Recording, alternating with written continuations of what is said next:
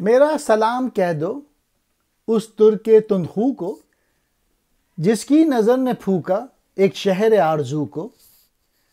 یہ نکتہ خوب جانے جو درمند دل ہے، گو میں نے کی ہے توبہ توڑا نہیں سبو کو۔ بلبل تجھے سنایا اس بے وفا کا قصہ، تو نے گلے لگایا پھر اسی رمیدہ بو کو۔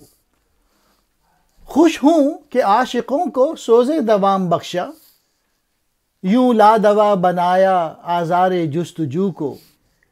میرا وصال مشکل میں وہم سے پرے ہوں، یہ عذر پھر سجایا اشک بہانہ جو کو۔ کر نالہ و فغاں سے گلشن میں حشر برپا، جب تک کہ دم میں دم ہے مت چھوڑو ہا او ہو کو۔ ہماری طرف سے اس ظالم محبوب کو سلام کہنا کہ تو نے ایک نگاہ سے تمنا کا پورا شہر پھونک ڈالا۔ یہ بھید صرف درمند دل ہی سمجھ سکتا ہے کہ میں نے اگرچہ توبہ کا اعلان کیا مگر پیالہ نہیں توڑا، یعنی واپسی کی گنجائش رکھی ہوئی ہے۔ اے بلبل میں نے 100 بار تجھے اس کی وفا کا حال سنایا، تو پھر اس رمیدہ بو کو سینے سے لگا لیتی ہے۔ تو اسے صرف تپش میں پائے گا۔ یہاں بلبل سے حضرت انسان مراد ہے کہ وہ دنیا کے پیچھے ہر وقت بھاگتا رہتا ہے۔